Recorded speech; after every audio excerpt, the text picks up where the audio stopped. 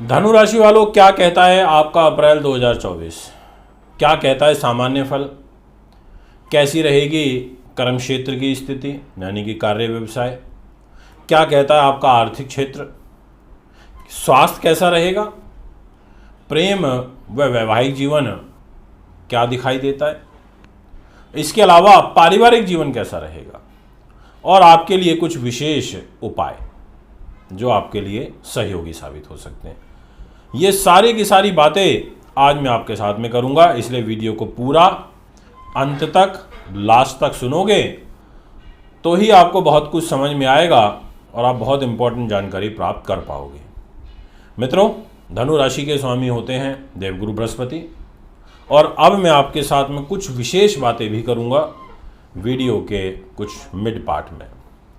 देवगुरु बृहस्पति का ऐसे समझ लीजिए ये अप्रैल का महीना अंतिम महीना है। अब अंतिम महीने से ये नहीं है कि कोई वो कहीं और चले जाएंगे।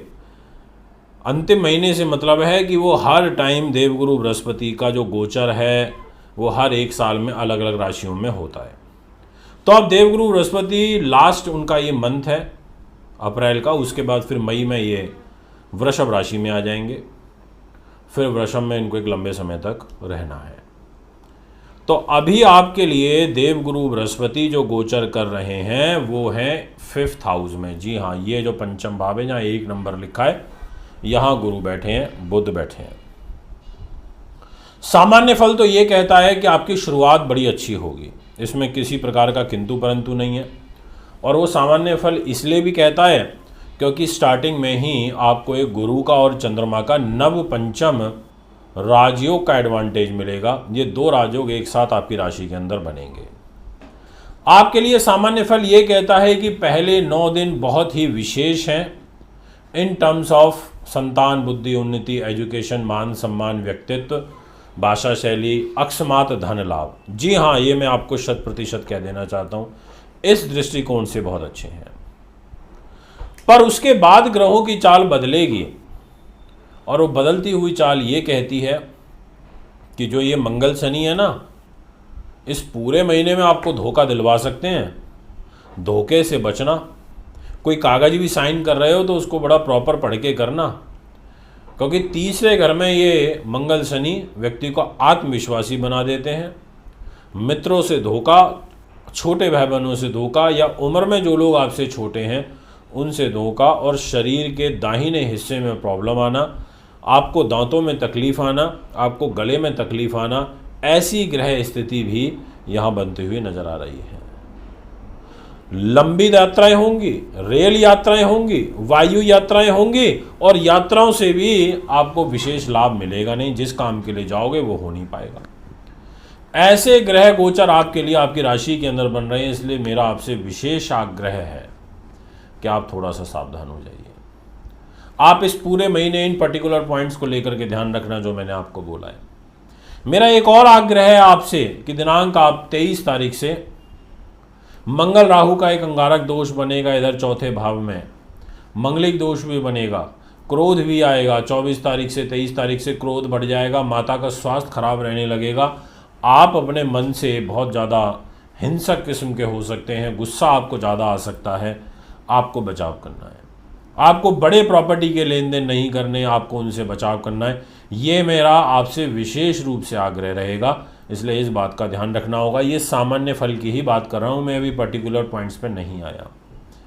इसके अलावा आपके लिए कुछ गुड न्यूज़ मिल सकती है, और वो गुड न्यूज़ आपके लिए रहेगी 14 अप्रैल से लेकर के और 23 अप्रैल के बीच में। ये जो लगभग आपके लिए 9 दिन रहेंगे ना, ये काफ़ी अच्छे रहेंगे। इन 9 दिनों के अंदर आपको कोई अकस्मात लाभ पहुंच सकता है, और अकस्मात लाभ किसी भी रूप में पहुंच सकता है। अगर आप पॉलिटिक्स में हैं तो पॉलिटिक्स में, अगर आप राजनीति में हैं तो राजनीति के अंदर आपको किसी भी प्रकार का विशेष लाभ पहुंचता हुआ मुझे नज़र आ रहा है, इसलिए मैं आपसे कह सकता हूं। तो आप इस बात का ध्यान रखें।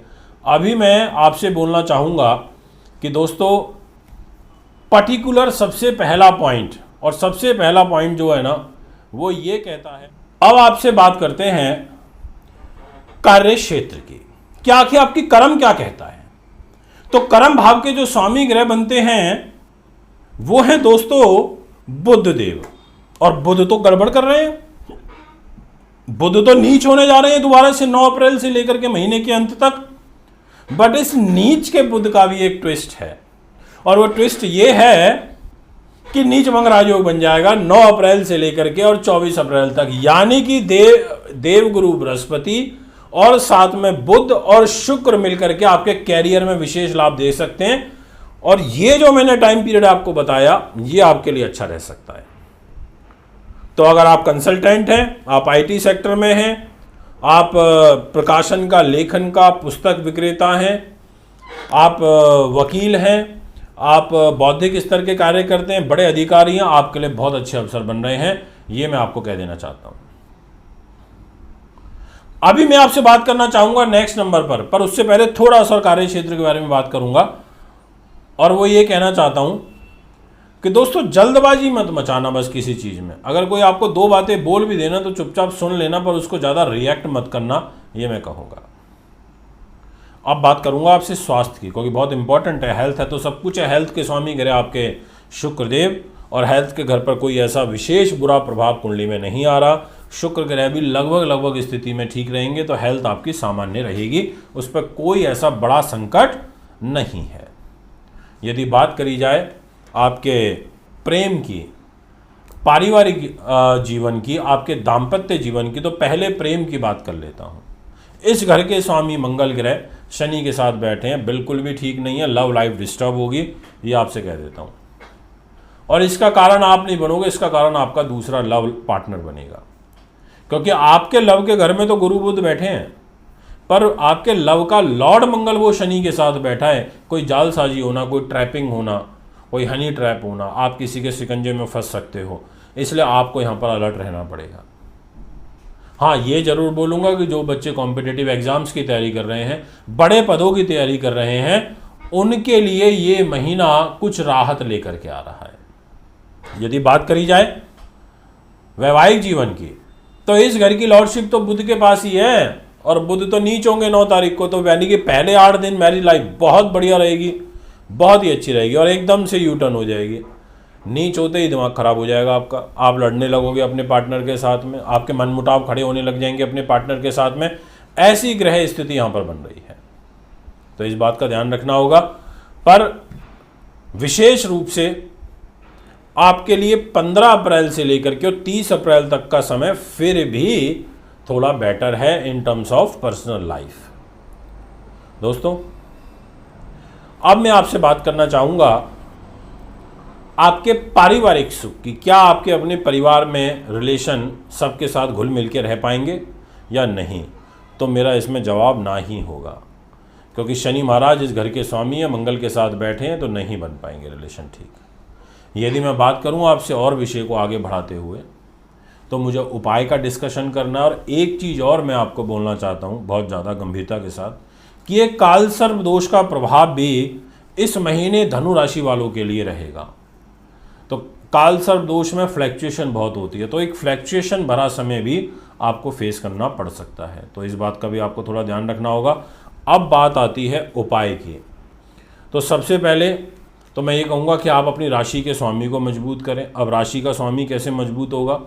राशि का स्वामी मजबूत होगा जब आप गुरु को बलवान करोगे, विष्णु जी की पूजा करो, विष्णु सहस्त्र नाम का पाठ करो, और कार्य को सिद्धि बनाने के लिए, या अगर आप बहुत ज़्यादा कर्ज में डूबे हुए हैं तो मैं आपको एक उपाय बताता हूँ। आप एक नारियल लें, उस पर चमेली के तेल से, सिंदूर से अपने रिंग फिंगर से स्वास्तिक का चिन्ह बनाएं, और फिर कुछ लड्डू भोग के लिए ले लें, और हनुमान जी के मंदिर में जाकर के आप उनके चरणों में उस नारियल को अर्पित कर दें, वो लड्डू का भोग वहाँ लगा करके आ जाएं।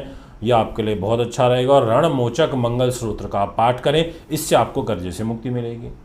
अगर आपको काफ़ी ज़्यादा प्रॉब्लम आ रही है, अगर आपको ऐसा लग रहा है कि कोई आदमी आपको ज़्यादा नुकसान पहुंचा रहा है, या आपका कोई काम है जो बार बार रुक रहा है, अटक रहा है, तो मैं इस अप्रैल महीने में आपको उपाय बताना चाहूँगा कि आप अपने वजन के बराबर कच्चा जो कोयला होता है वो खरीद करके, और उसको एक बार उससे अपना माथा ऐसे लगा करके, और शनिवार के दिन आप बहते हुए पानी में उसको प्रवाह कर दें, आपके लिए अच्छा रहेगा। अगर आप उतने सामर्थ्यवान नहीं हैं तो आप 11 किलो ले लें या आप 5 किलो लेकर के भी ये क्रिया कर सकते हैं।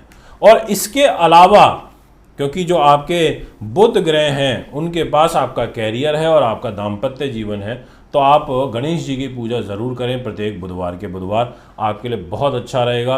और आप हरे रंग के वस्त्र धारण करने से परहेज़ रखें, ये मैं कहूँगा। राहु की पूजा आपको विशेष रूप से 23 अप्रैल के बाद से करनी चाहिए। ओम रांग राहवे नमः का जाप करना चाहिए। ये सारे उपाय करें, अच्छा रिजल्ट मिलेगा। अगर आपको अच्छी वीडियो लगी तो इसको शेयर करें, फॉलो करें और लोगों तक पहुंचाएं। अभी मैं आपसे इजाज़त चाहता हूं। नमस्कार।